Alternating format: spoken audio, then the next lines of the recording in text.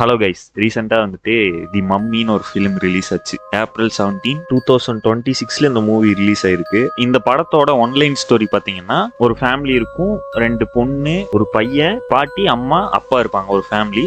அவங்க அப்பா வந்துட்டு எஜிப்ட்ல ஜேர்னலிஸ்டா இருப்பாரு. அந்த ஃபேமிலியில ஒரு குட்டி பொண்ணு வந்துட்டு மிஸ் ஆயிரும். ஒரு சூனியக்காரி மாதிரி அந்த படத்துல இருப்பா. அவ வந்துட்டு அந்த பொண்ணை கடத்தி கூட்டிட்டு போயிடுவா. 8 வருஷத்துக்கு அப்புறம் ஒரு டூம் சவப்பெட்டி மூலியமா அந்த பொண்ணு கிடைச்சிருவா. எடுத்துருவாங்க. வெளியே எடுத்ததுக்கு அப்புறம் அவளை வீட்டுக்கு கொண்டு போய் வச்சிருவாங்க. ஆனா அந்த பொண்ணு வந்துட்டு நார்மலா பேச மாட்டா. அந்த பொண்ணு முதல்ல இருந்த மாதிரி நார்மலா இருக்க மாட்டா. சோ வந்துட்டு அவங்க அப்பா அம்மா அவளுக்கு என்ன பண்ண முடியுமோ எல்லாத்தையுமே பண்ணுவாங்க. இருந்தாலும் அவ வந்துட்டு பொசஸ் ஆயிருப்பா. அவளை வந்து ஒரு ரிச்சுவல் மூலியமா ஒரு ஸ்பிரிட்டா உடம்புக்குள்ள கண்ட்ரோல் பண்ணி வச்சுட்டு இருப்பாங்க. அதுதான் அந்த ஸ்டோரியோட மெயின் கான்செப்டே பாத்தீங்கன்னா அதுதான். அதுல இருந்து அவ வந்து எப்படி வெளியே வர்றா, அவங்க அப்பா அம்மா அவளை வந்து எப்படி வெளியே கொண்டு வராங்கன்னு அந்த படத்துல காமிச்சிருப்பாங்க. நார்மலா எல்லா பேய் படம் மாதிரியும் இல்லாம ஒரு புது கான்செப்டா இருந்துச்சு. அது மட்டும் இல்லாம அந்த விஷுவல்ஸ் நல்லாவே இருந்துச்சு. டிஸ்டர்பிங்கான சீன்ஸ் எல்லாம் இருந்துச்சு அந்த படத்துல. ஒரு ஸ்பெசிபிக் சீன் சொல்றேன் பாருங்க. அவங்க அம்மா வந்துட்டு நகத்தை கிளீன் பண்ணி கட் பண்ணிட்டு இருப்பாங்க. அப்படி கட் பண்ணிட்டு இருக்கும்போது அப்படியே பாதி கால் கிட்ட தோலோட வந்துரும், பிஞ்சு வந்துரும். அது கொஞ்சம் பாக்குறதுக்கு டிஸ்டர்பிங்கா இருந்துச்சு. அண்ட் அதுக்கப்புறம் அந்த பொண்ணே வந்துட்டு ஒரு கம்பி இருக்கும், அதை வச்சு அவங்க காலை ஸ்கிராச் பண்ணிட்டே இருப்பாங்க. அதெல்லாம் வந்துட்டு பார்க்கும்போது ரொம்ப டிஸ்டர்பிங்கா இருந்துச்சு. நல்லாவும் இருந்துச்சு. சரி ஓகேடா, படம் நல்லா இருக்கா நல்லா இல்லையான்னு கேட்டா நல்லா இருக்கு, படம் சூப்பரா இருந்துச்சு. சரி என்னடா இப்ப ரிவ்யூ சொல்லிட்டு இருக்கியான்னு கேட்டா அதுதான் இல்ல. படம் பார்த்துட்டு இருக்கும்போது எனக்கு ஒரு திங்கிங் வந்துச்சு.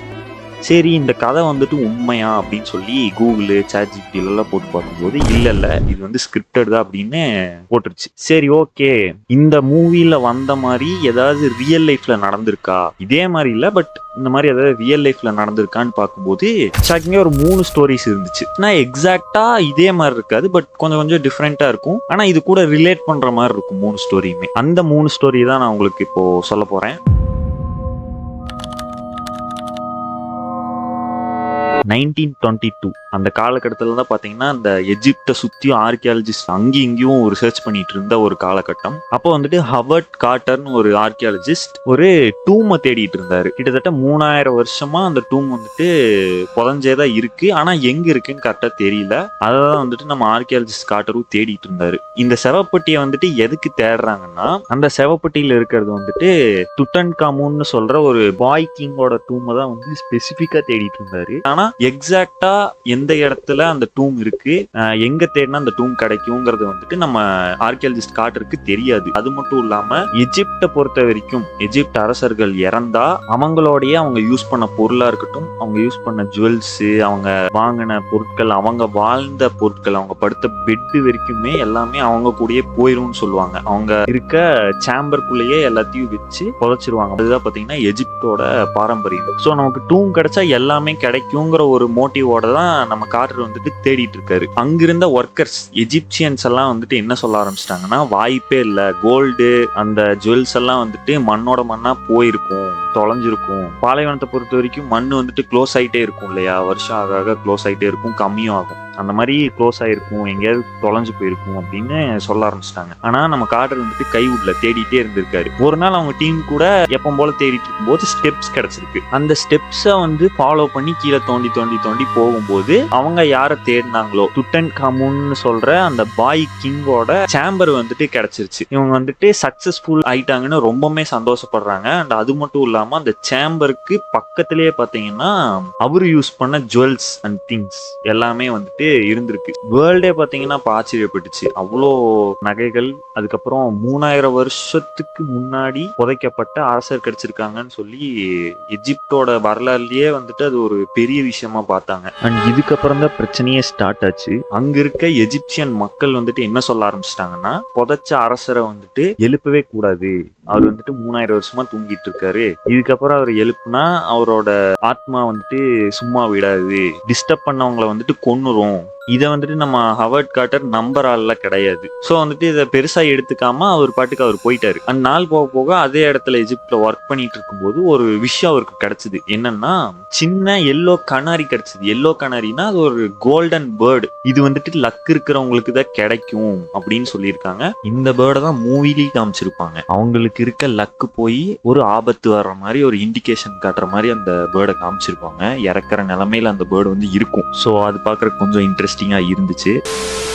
காட்டரும் இதை எடுத்துட்டு போய் வீட்டுல வச்சு வளர்த்திட்டு இருந்திருக்காரு. இதுக்கப்புறம் தான் பாத்தீங்கன்னா ஒரு பயங்கரமான ஒரு விஷயம் நடந்திருக்கு. என்னன்னா அவர் வீட்டுக்கே பாத்தீங்கன்னா ஒரு கோப்ரா போய் அந்த பேர்டை அப்படியே முழுங்கிடுச்சு. வேற எந்த பாம்பு கிடையாது, பைத்தானே அது கிடையாது, கோப்ரா. ஏன் வந்துட்டு நான் அந்த கோப்ரான்னு முக்கியமா சொல்றேன்னா, அரசரோட கிரீடத்துல வந்துட்டு கோப்ரா தான் இருக்கும். நான் உங்களுக்கு பிக்சரே போட்டு காமிக்கிறேன். அரசரோட கிரீடத்துல வந்து கோப்ரா இருக்கும். இதை பார்த்த அந்த வீட்டுல வேலை செய்யற எஜிப்சியன் ஒர்க்கர் என்ன சொன்னாருன்னா, ராஜாவை வந்துட்டு எழுப்பி இருக்க கூடாது, டிஸ்டர்ப் பண்ணிருக்க கூடாது, இது வந்துட்டு ஒரு வார்னிங், இப்போ வச்சு கொஞ்சம் கேர்ஃபுல்லா இருங்கிற மாதிரி காட்டர்கிட்ட சொல்லியிருக்காரு. ஆனா காட்டர் இதெல்லாம் பெருசா எடுத்துக்காம இது ஜஸ்ட் ஒரு கோஇன்சிடென்ஸ் தான் அப்படின்னு நினைச்சிட்டு விட்டுட்டாரு. கொஞ்சம் சில நாள்லயே காட்டருக்கு வந்துட்டு ஒரு டிசீஸ் வந்துருது. எப்படின்னு தெரியல, பட் உடம்பு சரியில்லாம படுத்துறாரு. அங்க இருக்கவங்க என்ன சொல்றாங்கன்னா, அவர் ஷேவ் பண்ணும்போது மஸ்கிட்டோவையும் சேர்த்து கட் பண்ணிட்டாரு, ஸ்கின்னோட சேர்த்து கட் பண்ணிட்டாரு, அதனாலதான் வந்து இன்ஃபெக்ஷன் ஆயிருக்குன்னு சொல்றாங்க. பட் மத்தவங்க என்ன சொல்றாங்கன்னா, இது வந்துட்டு ராஜா கொடுத்த ஒரு சாபம், ராஜாவை எழுப்புனதுனால அவருக்கு கிடைச்ச சாபம்ங்கிற மாதிரி சொல்ல ஆரம்பிச்சிட்டாங்க. அதுக்கப்புறம் March 2, 1939 இறந்தும் போயிடுறாரு. அட் தி சேம் டைம் வந்துட்டு இங்கிலாந்துல இருக்க அவரோட டாக் வந்துட்டு ஒரு ஊளையிட்டு அவர் இறந்த டைம், எக்ஸாக்ட் டைம்ல அந்த நாயும் இறந்து போயிருக்கு. அந்த ராஜா டூமை திறந்தது ஒரு மிகப்பெரிய தப்பு, மிகப்பெரிய மிஸ்டேக்னு நிறைய பேர் சொல்ல ஆரம்பிச்சிட்டாங்க. ஸோ இதெல்லாம் முடிஞ்சு இதுக்கப்புறம் அந்த இடத்துக்கு விசிட் பண்ணியிருப்பாங்க இல்லையா, விசிட்டர்ஸா இருக்கட்டும், ஃபினான்சியர்ஸ், அந்த எஜிப்ட்ல வந்துட்டு ஃபினான்சியர்ஸ்ன்னு சொல்லி நிறைய பேர் இருப்பாங்க, அவங்களா இருக்கட்டும், அந்த எக்ஸ்கவேஷன் சைட்டுக்கு போனதுக்கு அப்புறம் அவங்களுக்கு வந்துட்டு ஏதோ ஒரு ஸ்ட்ரேஞ்சான ஃபீல் இருந்திருக்குன்னு சொல்றாங்க. அண்ட் அது மட்டும் இல்லாம அங்க போன சில பேர் வந்துட்டு இறந்தும் போயிருக்காங்க, ஆக்சிடென்ட் மூலியமா, இன்ஃபெக்ஷன் மூலியமா இறந்து போயிருக்காங்க.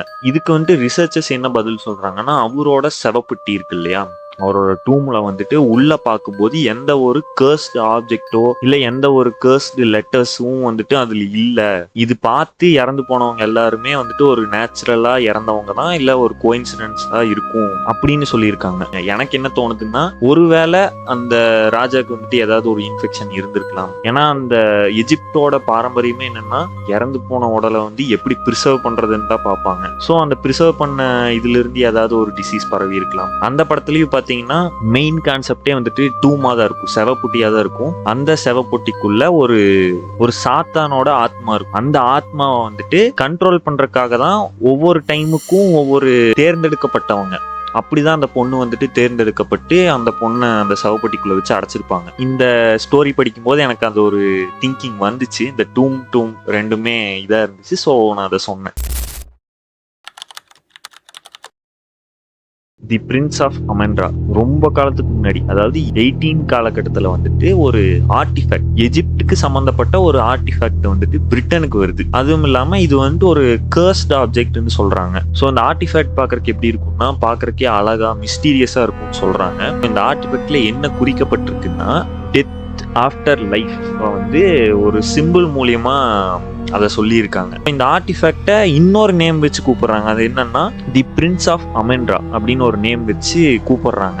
ஏன் பிரின்ஸ் ஆஃப் அமென்ரா வந்துச்சுன்னு போக போக சொல்றேன். ஸோ இந்த ஆர்டிஃபேக்ட் வந்துட்டு பிரிட்டன்ல இருக்க ஒரு ஆர்டிஃபேக்ட் ஷாப்ல தான் இருந்திருக்கு. அங்க சுத்தி பார்க்க வந்து ஒரு ஃப்ரெண்ட்ஸ் குரூப் வந்துட்டு இதை வாங்குறாங்க. பார்க்கறக்கே நல்லா இருக்கே அப்படின்னு சொல்லி, சரி இதை வீட்டில் வந்துட்டு ஒரு டெக்கரேட்டிவ் ஐட்டமா வைக்கலாம் அப்படின்னு, ஷோகேஸா வைக்கலாம் அப்படின்னு சொல்லி வாங்குறாங்க. அண்ட் அது வாங்கினதுக்கு அப்புறம் தான் பாத்தீங்கன்னா எங்களுக்கு பெரிய பிரச்சனையே வந்துச்சு. அந்த கேங்ல இருக்க ஒருத்தர் வந்துட்டு காணாம போயிடுறாரு. ஒரு மிடில் ஏஜ் மென் வந்துட்டு காணாம போயிடுறாரு.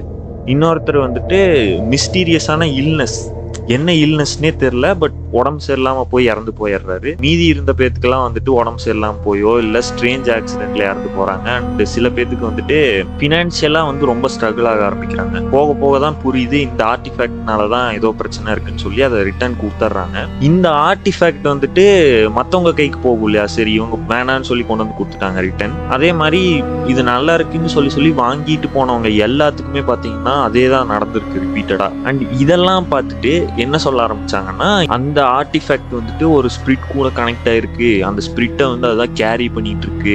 அந்த ஆத்மா வந்துட்டு ஒரு பிரின்சஸோட ஆத்மா. அந்த விமன், அந்த பிரின்சஸ் நான் சொன்னேன் இல்லையா, அவங்க வந்துட்டு அமுன்கிற ஒரு டெம்பிள் கூட கனெக்ட் ஆயிருப்பாங்களாமா. அவங்களதான் வந்துட்டு தி பிரின்சஸ் ஆஃப் அமென்ரான்னு சொல்றாங்க. அந்த ஸ்பிரிட் வந்துட்டு இந்த ஆர்டிஃபேக்ட் குள்ள இருக்கு. ஸோ அவங்க வந்துட்டு ரொம்ப கோவமா இருக்காங்க, அவங்க தான் வந்துட்டு இதெல்லாம் பண்றாங்கன்னு சொல்லி நிறைய ரூமர்ஸ், டெரிஃபைங்கான ரூமர்ஸ் எல்லாம் ஸ்ப்ரெட் பண்ண ஆரம்பிச்சிட்டாங்க. அதுக்கப்புறம் சில வருஷம் கழிச்சு அது பிரிட்டிஷ்ல இருக்க ஒரு மியூசியம்ல இருக்கு. இப்பவுமே பாத்தீங்கன்னா அங்கதான் இருக்கு. அண்ட் இன்னொரு இன்ட்ரெஸ்டிங் பார்ட் என்னன்னா, இந்த பிரின்சஸ் ஆஃப் அமென்ராங்கிற ஆர்டிஃபேக்ட் வந்துட்டு ஆர்எம்எஸ் டைட்டானிக்ல வந்துட்டு இந்த ஆர்டிஃபேக்ட் இருந்திருக்கு, அதனாலதான் இந்த ஆர்எம்எஸ் டைட்டானிக் வந்துட்டு மூழ்கிடுச்சுங்கிற மாதிரி சொல்லியிருக்காங்க. இதை பார்த்த ரிசர்ச்சர்ஸ் வந்துட்டு என்ன சொல்ல ஆரம்பிச்சிட்டாங்கன்னா, இதுக்கு முன்னாடி நான் சொன்னேன் இல்லையா, பிரின்சஸ் ஆஃப் அமென்ரா, அதுக்கப்புறம் இந்த டைட்டானிக் ஷிப்பு, அதெல்லாம் வந்துட்டு உண்மை கிடையாது. இது வந்துட்டு பிரின்சஸ் ஆஃப் அமென்ராக்கும் இதுக்கும் சம்பந்தமே இல்லை.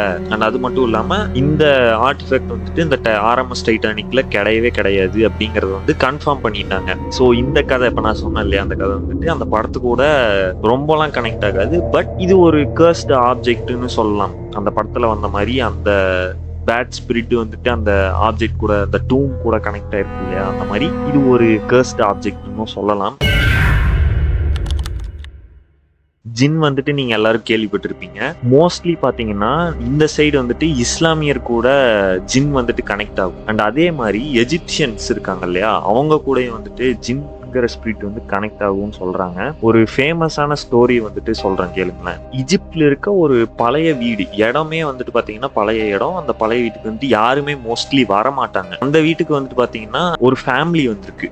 அப்படி அந்த ஃபேமிலி அந்த வீட்டை வாங்கிட்டு அந்த வீட்டுக்குள்ள போகும்போது நெய்பர்ஸ் என்ன சொல்லியிருக்காங்கன்னா, இல்ல இந்த இடத்துக்கு போகாதீங்க, இது வந்துட்டு ரொம்ப பழைய இடம், நைட்டுக்கு மேல அந்த இடத்துல இருக்க வேணாம் அப்படின்னு சொல்லி வார்ன் பண்ணியிருக்காங்க. இந்த ஃபேமிலி வந்துட்டு அதெல்லாம் நம்பாம இவங்க ஏதோ உளறிட்டு இருக்காங்க, இவங்க சொல்றதெல்லாம் காதுல போட்டுக்க வேணாம்னு சொல்லி அவங்க போய் அங்க ஸ்டே பண்றாங்க.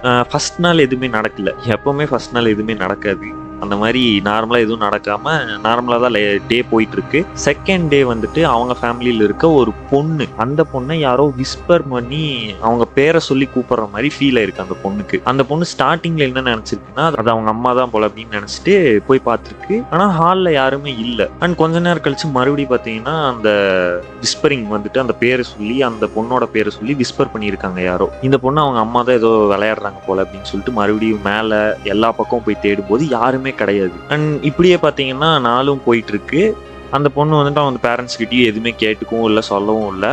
கொஞ்சம் நாள் போக போக அந்த பொண்ணு வந்துட்டு ரொம்ப ஸ்ட்ரேஞ்ச் பிஹேவியர்ஸ் பண்ண ஆரம்பிச்சிருக்கு. என்னன்னா, நைட்டான ரூம் கார்னர்ல போயிட்டு சம்மந்தமே இல்லாம விஸ்பர் பண்ணியிருக்கு. ரொம்ப குசு குசு குசுன்னு ஏதோ மந்திரம் சொல்ற மாதிரி விஸ்பர் பண்ணிட்டே இருந்திருக்கு. அதுக்கப்புறம் ஒழுங்கா சாப்பிடாம இருந்திருக்கு. அண்ட் டெய்லியும் இதையே பண்ண அவங்க பேரண்ட்ஸ் வந்துட்டு பயப்பட ஆரம்பிச்சிட்டாங்க. அதுக்கப்புறம் ஒரு நாள் பாத்தீங்கன்னா கோர்ட்யார்டுக்கு போயிட்டு இருட்டை பார்த்து பயங்கரமா முணுமுணுக்க ஆரம்பிச்சிருக்காங்க. அதை பார்த்த பேரண்ட்ஸ் வந்துட்டு இதுக்கு மேல விட்டா வேலைக்கு ஆகாதுன்னு சொல்லி அங்கேயே லோக்கல்ஸ்ல இருக்க பிரீஸ்ட் சொல்லலாம், பேய் ஓட்டுறவங்கன்னு சொல்லலாம், அவங்கள கூப்பிட்டு ஓட்டுறாங்க.